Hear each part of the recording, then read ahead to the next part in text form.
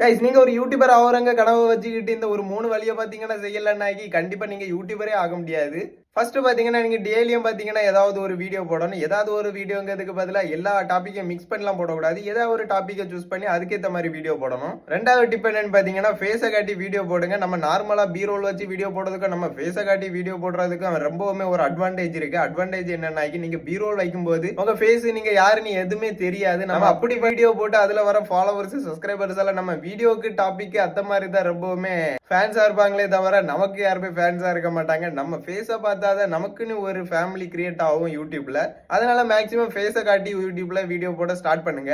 Number 3, video போடுங்க. அந்த video பார்த்துட்டு உங்க ஃப்ரெண்ட் எல்லாம் கண்டிப்பா இவன் என்ன தேவையில்லாம வேலை இந்த மாதிரி எல்லாம் பார்க்க அப்படின்ட்டு பார்க்கவே 4 விதமா கேட்க தான் செய்வான். நம்ம பாத்தீங்கன்னா அவன் கேட்கறதுக்கெல்லாம் எந்த ஆன்சருமே சொல்லிட்டு எல்லாம் ஒன்னும் இருக்க வேண்டாம். ஏன்னா இந்த உலகத்துல குலைக்காத நாயம் குறை சொல்லாத வாயம் இருந்ததே இல்லை. அதனால நீங்க இன்னைக்கே ஸ்டார்ட் பண்ணுங்க. வரத பாத்துக்கலாம். பாய்.